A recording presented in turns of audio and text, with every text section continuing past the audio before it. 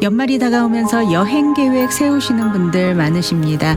설레는 여행 준비 가운데 우리가 평소에는 미뤄두지만 막상 위기 상황이 닥치면 그때 미리 준비해 둘 걸 하게 되는 것들. 바로 비상 대비와 간단한 상속 준비입니다. 오늘은 많은 분들이 궁금해하시고 또 실제로 도움이 되는 주제이긴 하지만 막상 실제로 여행 전에 꼭 체크해야 하는 여러 가지 사항들을 실제로 대비를 하고 계시지 않은 분들이 많습니다. 여행 전에 꼭 체크해야 하는 법적, 행정적 준비 항목들, 그리고 예상치 못한 상황에서도 가족과 나를 보호할 수 있는 실질적인 준비 방법들, 이 내용들을 박유진 변호사님과 함께 하나씩 짚어보도록 하겠습니다. 변호사님 어서 오세요. 네, 안녕하세요. 반갑습니다. 반갑습니다. 살짝 감기가 네. 빨리 회복하시길 기도하겠습니다. 감사합니다. 네, 변호사님, 많은 분들이 여행 전에 여러 가지 준비들을 많이 하시고 또 집안의 각 문단속이라든가 여러 가지 단속을 하고 체크를 하고 그러고 여행을 떠나시지만 막상 이렇게 상속 대비도 해야 된다라고 말씀을 드리면 여행 가는데 그렇게까지라고 생각하시는 분들이 대부분이신 것 같아요. 이런 체크리스트가 왜 필요한지 좀 그 배경부터 좀 설명해 주시면 좋겠습니다. 첫 번째로는 고객분들에게 말씀을 드리기를 그럴 리는 절대로 없겠지만은요. 네. 혹여라도 여행 중에 일어날 수 있는 불상사에 대해서 이제 그런 일은 절대로 안 생길 겁니다. 네. 그럼에도 네네. 불구하고 마음의 준비를 먼저 하고 가시는 거를 제가 말씀을 드리거든요. 네네. 이거는 온전히 돌아오셨을 때도 똑같습니다. 근데 다만 혹여라도 여행 중에도 연락이 안 되실 수도 있고 네. 그러다 보니 어떤 굉장히 이제 급박한 상황이 생기셨을 때도 대비를 해야 되고 네. 그러니까 경우의 수에 대한 대비라고 생각을 하시면 되겠습니다. 네. 사실 그런 경우가 정말 만에 하나라는 그런 경우인데 그래도 또 사람 일은 혹시 모르는 거기 때문에 또 요즘 여러 가지 정말 예기치 않은 또 일들이 많이 발생하는 경우가 많잖아요. 그런 때를 대비해서 언제까지나 대비라는 거. 네. 특히 또 요즘은 글로벌 시대다 보니 해외여행을 참 자주 가시는 분들도 많고 또 해외여행을 계획하고 계시는 분들도 많거든요. 준비해야 되는 좀 법적인 문서들 어떤 것들이 있는지 좀 소개해 주시죠. 그래서 저희가 연말에는 예상외로 바빠요. 네. 그 바쁜 이유가 이때까지 미뤄오셨던 트러스를 만든다든지 아니면 유언장을 만든다든지 아니면 여러 가지 제반 서류를 만들기 위해서 많이 오시거든요. 네네. 가장 기본적으로는 트러스가 필요하실 건데 혹여라도 지금 변호사를 만날 시간조차 안 되신데 네. 갑작스럽게 마음이 조금 이거 준비를 하고 떠나는 게 좋지 않을까라고 생각이 드신다고 하게 되게 되면은 변호사를 보지 않고서라도 만들 수 있는 서류부터라도 만들어 놓으시는 게 중요하겠죠. 네. 트러스트. 그렇다면 우리가 좀 어떤 경우들이 있는지 좀 하나씩 어떤 경우에 이런 게 왜 필요한지에 대해서 하나씩 짚어보는 시간으로 이 시간 함께 하겠습니다. 먼저 이제 우리가 첫 번째로 긴급 연락처와 중요 문서 공유라는 부분으로 한번 짚어보겠는데요. 여권이라든지 아이디라든지 보험카드 요즘은 이렇게 개인정보에 관련된 정말 많은 서류들이 있잖아요. 네네. 이런 것들 어떻게 보관을 하면 가장 좋을까요? 저는 고객분에게 트러스를 만들러 오신 분들에게는 트러스 바인더 뒤에다가 웬만해서는 다 넣어 놓으셔가지고 고객의 자녀분들에게 이렇게 말씀드려요. 어떻게 하냐. 서재 여기에다가 엄마 아빠가 꽂아놨으니 낙낙 엄마 아빠한테 무슨 일이 생겼을 때는 그 한 것만 보게 되게 되면은 누구에게 연락을 해야 되고 어떻게 재산을 이양받아야 되고 하는 것에 대한 것이 잘 나와 있다라고 하는 거고요. 그게 만약에 되어 있지 않으신 분이라고 하게 되게 되면은 적어도 떠나시기 전에 본인이 가지고 계시는 자산과 그리고 자산 대비 라이빌리티가 있죠. 네. 라이빌리티라고 한다고 하게 되게 되면은 어떤 이제 융자가 갖고 계신지 어떤 크레딧 카드가 있는지 아니면 누구에게 돈을 빌리는 건 있는지 네, 이런 네. 식으로 해서 본인이 가지고 있는 자산하고 본인이 갚아야 될 채무에 대한 것을 적어놓기를 제가 요청을 드립니다. 네. 그 이유는 아무리 부모님이라고 할지라도 자녀분들이 부모님이 가지고 계신 자산에 대해서 모를 때가 대부분이거든요. 네. 가장 기본적인 서류부터 준비를 해놓으시고, 그리고 그 외에 가족들에게 굉장히 중요한 서류는 뭐 여행 갈 때 들고 가지는 않으시잖아요. 네. 뭐 시민권 증서라든지 아니면 출생신고서라든지 다행히도 시민권 증서 빼고는 웬만해서는 다 리플레이스가 가능하죠. 네. 그렇기 때문에 요즘 시중에 나오는 잘 되어 있는 바인더들이 많아요. 네. 저부터도 제 개인으로 사놓은 바인더가 있습니다. 네. 그 바인더 안에 잘 넣어 놓으시고 평상시에 잘 보관을 하시는 거죠. 네. 사실 저희도 중요한 거는 딱 그 바인더에 있는데 중요한 거는 남편과 저만 아는 것 같아요. 맞습니다. 아이들에게까지 아직 아이들이 어리다라는 생각도 있고 또 뭐 굳이 이거는 내가 잃어버리지 않게 혹은 좀 뭐 지진이라든가 이런 데 대비하기 위해서 간단하게 딱 들고 갈 수 있도록 보관은 해놨지만 사실 그게 아이들에게 어디에 어떻게 있다 이런 것까지는 알려주지 않았던 것 같아요. 맞습니다. 그러다 네. 보니 고객분들이 이제 그런 마음으로 쭉 계시다가 일정한 연령이 되면 알려주시는 분들이 대부분이시거든요. 네네. 그리고 아직 아이들이 정말 어려서 이런 것까지 너무 알기가 힘들다 한다고 하면은 부모님이라든지 아니면 믿을 만한 친척분 아니면 동생분, 지인분에게는 네. 혹여라도 우리에게 무슨 일이 생기면은 이렇게 해서 찾으면 좋겠다라는 거는 어느 정도 넌지시 얘기를 해놓으시는 게 좋으시죠. 아, 그렇군요. 너무 이렇게 개인적인 우리 가족만의 중요한 문서야라고 생각을 하고 꽁꽁 숨겨놓고 나만 알고 뭐 내 배우자만 알고 이런 식이 대부분의 좀 젊은 분들이 하시는 방법인 것 같고 좀 어느 정도 연세가 지긋이 있으신 분들은 이제 미래에 대한 대비로 약간 그런 생각들을 좀 많이 하시는 것 같아요. 하지만 네네. 우리 좀 중년이라든가 좀 젊은 분들도 이런 부분에 대해서 한 번쯤 생각해 볼 필요는 분명히 있겠다 싶습니다. 맞습니다. 네. 그리고 집에 이제 세이프들을 둔다든지 네. 그렇게 하셔서 본인이 가지고 계시는 중요 문서라든지 아니면은 뭐 현금을 가지고 계신 일부라도 넣어두시는 분들도 정말 많거든요. 네. 심지어는 그 세이프의 번호를 알 수 있는 것을 자녀들에게 첫 번째 숫자, 두 번째 숫자를 따로따로 알려준 분들 계세요. 아, 네. 그렇게 해서 둘이 만나야지만 서로 지혜롭네요. 거죠. 네. 그런 방법도 있군요. 오늘 또 우리 변호사님을 통해서 또 이런 지혜로운 방법도 저도 한번 생각을 해봐야겠습니다. 무엇으로 해놓을지. 그리고 또 요즘 같은 경우는 또 특별히 이제 아이디 패스워드 인터넷으로 좀 저희가 이렇게 아이디 패스워드 같은 그런 정보도 사실 많이 중요한 부분에 있어서 예를 들어서 보험이라든가 이런 거는 또 온라인으로 많이 해놓으니까 은행이라든가 이런 아이디 패스워드 보관은 어떻게 하면 좋을까요? 되도록이면은 뭐 엑셀이라든지 네. 이렇게 만드셔서요. 그것도 만들어 놓으시고 거기다가 비번을 걸어 놓으시는 거죠. 네네. 비번도 자녀들마다 하나씩. 네, 그것도 방법입니다. 네. 잘 알겠습니다. 그렇다면 또 요즘 또 다른 관심 있는 부분 중에 하나가 바로 의료 관련 문서입니다. 헬스케어 디렉티브와 헬스케어 POA라는 이 두 문서가 어떤 역할을 하는지 좀 설명을 부탁드리겠습니다. 네. 혹여라도 아픈 분이 생기시게 되셨을 때 그분의 의료 결정을 대신하는 것을 이제 제3자에게 설정하는 것을 의미를 합니다. 네, 네. 그러니까 아프지 않으시면은 본인이 직접적으로 결정하시겠지만은 아픈 경우에는 본인이 직접적으로 결정을 못하기 때문에 네.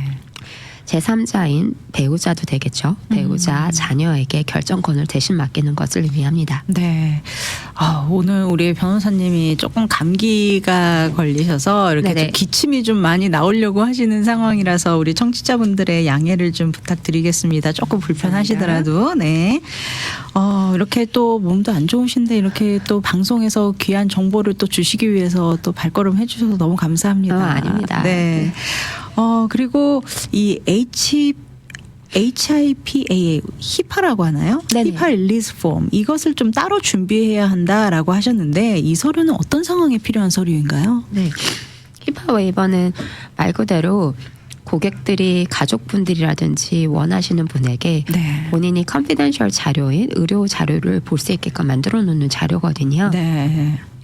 이게 왜 중요하냐면은 혹여라도 수술이라든지 뭔가 치료를 두고 계신데 본인이 직접적으로 허락을 못하게 되는 상황이었을 때 네. 가족분들이 대신 허락을 하실 수 있게끔 만들어 주시고요. 네.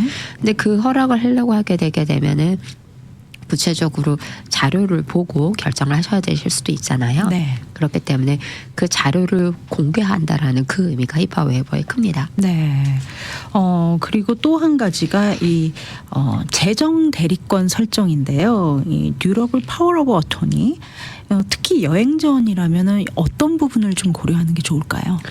첫 번째로는 뭐 여행 동안 부동산을 판매를 하실 일은 조금 크게 드물다고 할지라도 네.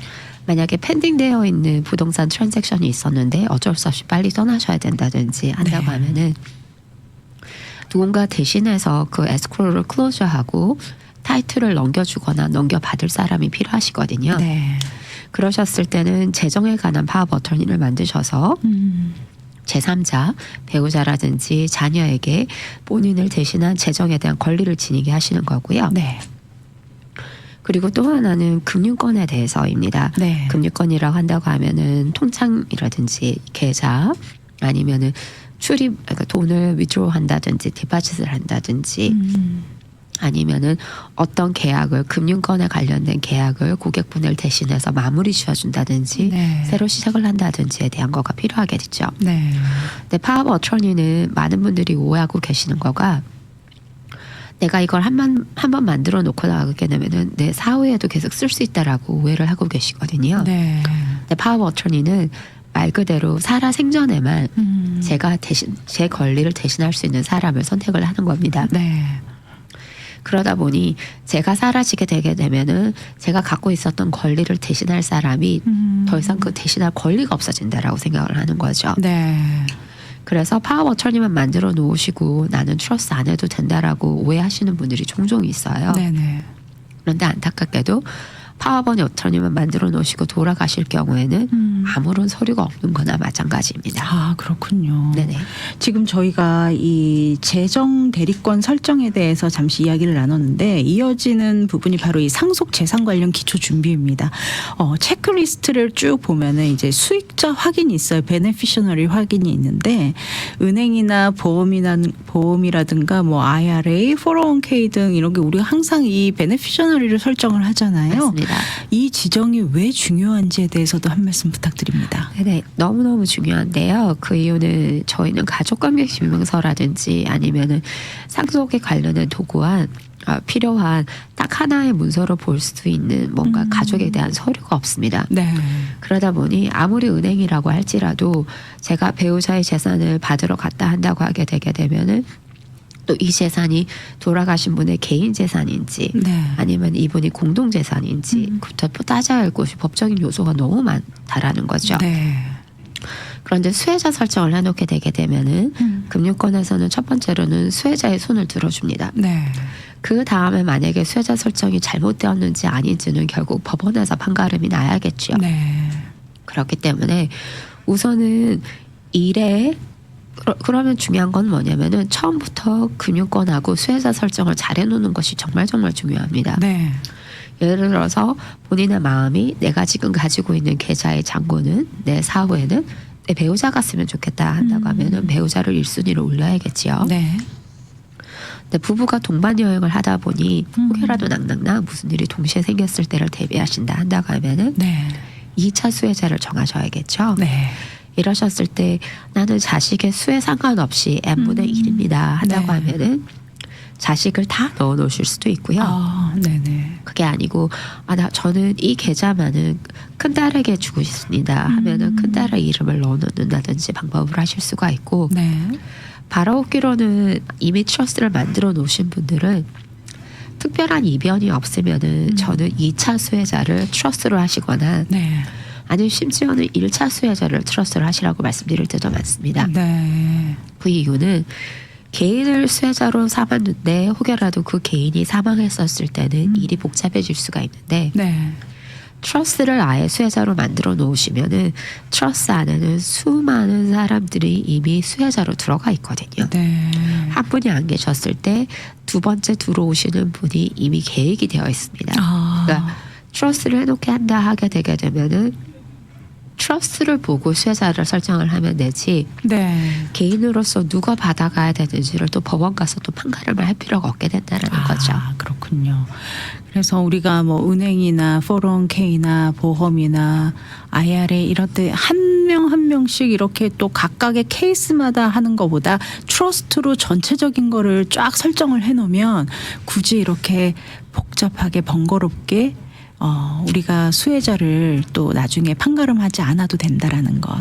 네, 근데 네. 거기서 유일한 예외 조항은 아까 잘 말씀하셨던 대로 401k하고 IRA 등 리타이먼트 계좌, 은퇴 계좌는 그래도 여전히 수혜자를 개인으로 하시기를 여러 가지 세제 그렇군요. 문제 때문에 말씀을 드립니다. 네, 그렇군요. 또 하나 등장하는 항목이 바로 또 유언장 작성이에요. 뭐 여행 가는데 유언장까지 써야 해? 이럴 수도 있지만 네네. 그래도 정말 우리 항상 얘기하듯이 낙낙 네네네. 여행 전이라면 좀 어느 정도만 내용만 정리해둬도 좀 실질적인 도움이 된다고 그래요. 어떤 내용들을 좀 정리해 놓으면 좋을까요? 네, 우선은 여기서 유언장의 역할은요. 이미 트러스를 만들어 놓으신 분들은 굳이 다시 유언장을 쓰실 필요가 없습니다. 네. 오히려 유언장을 잘못 써서 있었던 트러스가 파기될 수가 있거든요. 네. 네, 그렇기 때문에 트러스를 만들러 오시는 분들은 대부분 다 변호사들이 유언장까지 만들어 드립니다. 네. 그렇기 때문에 나 트러스 만들었는데 유언장 만들었는지 모르겠다 하면 트러스 바인더를 한번 보시면은 네. 항상 유언장이 들어가 있을 거예요. 네. 그렇기 때문에 지금 여기서 유언장을 만드셔야 될 분들은 변호사를 만나서 트러스를 만드셨어야 됐는데 도저히 시간이 안 나서 아직 못 만드신 분들, 네. 그러면 급하게라도 자필 유언장이라도 적고 놓으시고 여행을 갔다 오실 수가 있거든요. 네. 그러면서 한번 생각을 해보시는 겁니다. 모든 재산을 어떻게 분할을 해서 주실 것인가 하셨을 네. 때 크게 세 가지로 나누시면 돼요. 네. 내가 가지고 있는 개인 물품은 어떻게 할 것인가. 두 번째로 내가 가지고 있는 부동산은 어떻게 할 것인가. 네. 그리고 세 번째로는 수혜자 설정을 안 해놓으셨다고 하게 되면은 내가 가지고 있는 금융상품은 어떻게 할 것인가.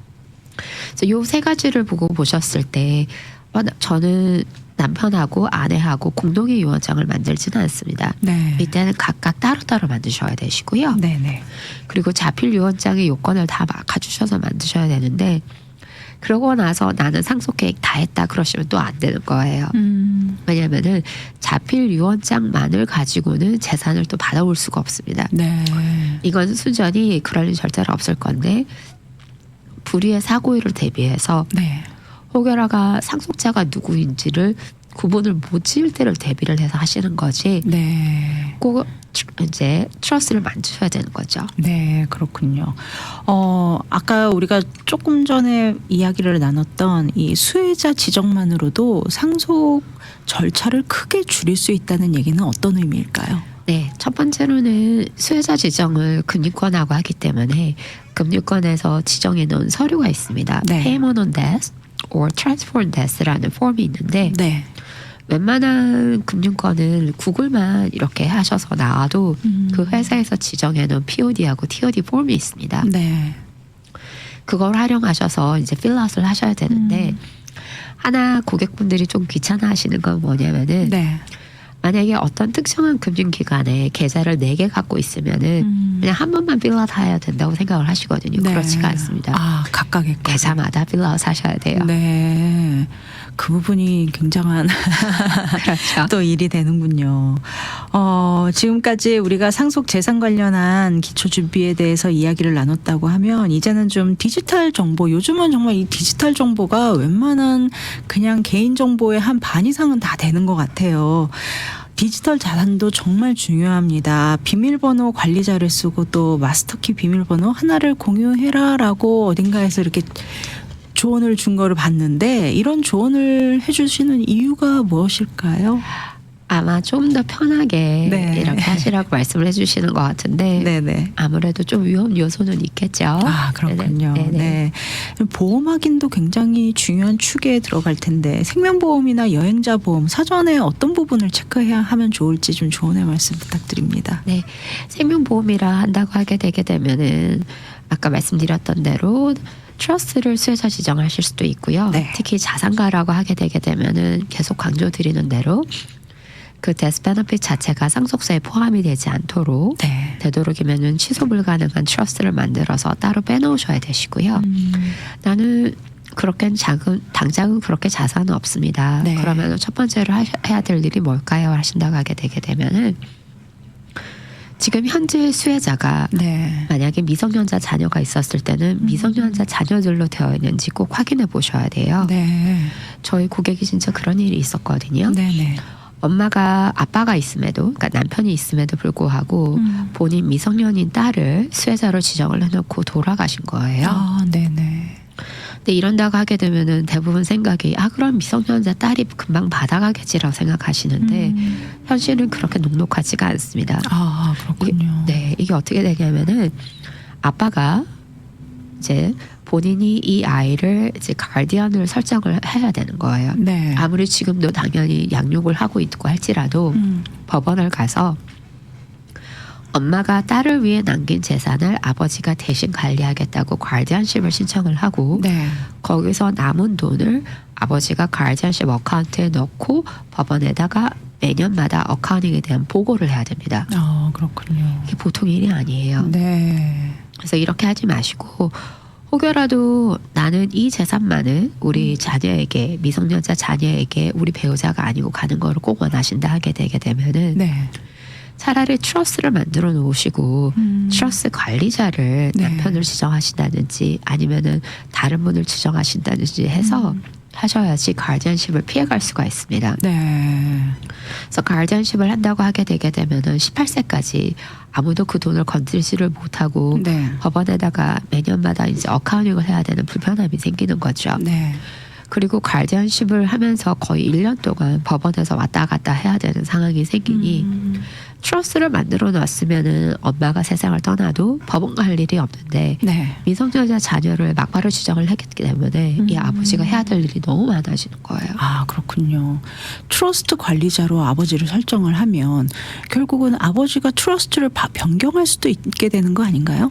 다행히도 변경은 못 하시거든요. 아, 그렇군요. 이것도 방법이 여러 가지가 있는데 네. 지금 권해드리는 방법은 엄마만의 트러스를 만든다든지 이렇게 해서 아버지가 터치를 못하게끔 만드시는 수도 있고 네.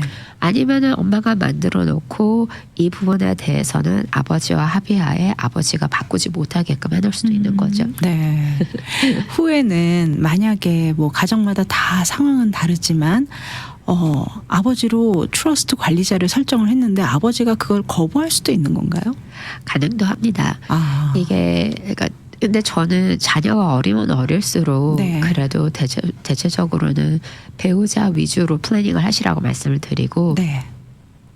자녀가 이제 다 장성을 해서 부모님이 이제 트러스를 만들러 오실 때는 그때는 조금 더 자녀 위주로 만들으라고 말씀을 드려요. 네. 그게 왜 그러냐면은 배우자를 배제한 플래닝을 하다 보면은 배우자의 손발이 묶이는 경우가 많거든요. 네. 근데 결국 아이 양육을 남은 배우자에게 맡겨야 된다고 하면 손발을 묶어 놓으면 안 되겠죠. 그렇죠. 반대로 자녀가 다 장성을 한다고 하면은 그때는 배우자가 특별하게 이제 손발이 묶일 필요가 없이 자녀에게 맡길 수 있는 부분이 더 많이 생깁니다. 네. 그래서 그런 부분에서는 아무래도 저희가 포커스의 변화가 일어나죠. 네. 근데 이제 특히 어머님들 같은 경우는 어머님들 중에서는 아이가 혹여라도 이제 스페셜 니즈가 있다든지 한다고 하게 되면은 본인이 혹여라도 먼저 떠났을 때 네. 남아있는 아이에게 온전한 케어가 가지 않을까 봐 걱정하시는 분들이 꽤 있거든요. 네. 그런 분들은 남편분하고 양해하에 아내만의 트러스를 따로 만들어서 아내분의 생명보험은 아내분이 떠나더라도 남편분은 관리만 하시고 네. 생명보험 자체를 이 아이를 위한 스페셜 니스 트러스로 들어가게 한다든지 그런 방법으로 많이 도와드립니다. 네. 전문가와 꼭 상의를 하셔서 가장 적합하고 그 가정에 가장 좀 순리대로 갈 수 있는 방법을 찾으시면 좋겠습니다. 맞습니다. 네. 마지막 질문이 될 것 같은데요. 비상계획서를 한 장으로 요약해두라라고 조언을 해주셨는데 이 문서에는 어떤 내용들이 포함되면 좋을지도 조언의 말씀 부탁드립니다. 네, 첫 번째는요. 고객분들이 저희한테 특히 부모님이 안 계시고 나서 자녀분들이 우리 엄마 아빠가 우리에게 이런 가이던스를 좀 남겼으면 좋겠다. 첫 번째로 우리한테 만약에 우리 둘이 없었을 때 뭐부터 하라고 지시사항이 이렇게 1, 2, 3, 4로 왔었으면은 우리가 거기 맞춰서 행동을 하면 좋았겠다라는 말씀을 하시더라고요. 네. 그러니까 예를 들어서 장지는 누구에게 연락을 해서 어떻게 해봐라. 아니면 화장을 했으면 어떻게 해라. 네. 그리고 장례식에 필요한 사람은 누구에게 연락을 하면은 그분이 다 모아주실 것이다. 이런, 그러니까 살면서 특별하게 이제 사랑하는데 당장은 필요하진 않지만은 네. 혹여라도 그런 일이 생겼을 때 갈팡질팡하시는 경우가 너무 많거든요. 네. 그런 식으로 스텝 바이 스텝으로 남겨놓으시는 것만 하더라도 자녀들에게 큰 힘이 됩니다. 네. 오늘 정말 어디서도 듣지 못할 조언의 말씀을 정말 우리 변호사님께서 몸이 지금 컨디션이 조금 저조하신 상태임에도 불구하고 이렇게 나오셔서 우리 청취자들과의 약속을 지켜주셨습니다. 네, 오늘 박유진 변호사님과 함께 여행 전 우리가 꼭 점검해야 할 간단 상속 비상 대비 체크리스트 살펴봤습니다. 평소에는 바쁘고 마음은 늘 있지만 막상 정리하지 못했던 그런 부분들 많으셨을 텐데요. 이런 준비, 여행과 일상을 더 마음 편하게 안전하게 보내기 위한 지혜로운 과정입니다. 혹시 오늘 들으시면서 나도 한번 정리해봐야겠다라고 마음이 드셨다면 그것만으로도 이미 중요한 첫걸음을 내딛으신 것이라고 생각됩니다. 오늘 방송 내용 미주보건방송 홈페이지와 GBC 유튜브 채널을 통해서 확인하실 수 있고요. 혹시 오늘 주신 내용에 대해서 도움받기 원하시는 분들 상담받을 수 있는 연락처 안내 부탁드립니다. 네, 저희 714-523-9010 오렌지 카운티 본사고요. 그리고 213-380-9010 LA 지사입니다. 네. 213-380-9010입니다. 네. 한앤박 법률그룹 박유진 변호사님 연락처는요. 오렌지 카운티 사무실 714-523-9010 714-523-9010번 LA 오피스는 213-380-9010 213-380-9010번입니다. 종로구 사직로에 서울 오피스가 있습니다. 전화번호 02-733-7111 02-733-7111번으로 연락 주시면은요. 친절하고 자세한 상담 안내 받으실 수 있습니다. 오늘 귀한 정보 함께 나눠주신 한앤박 법률그룹 박유진 변호사님 오늘 귀한 나눔해 주셔서 감사합니다. 감사합니다.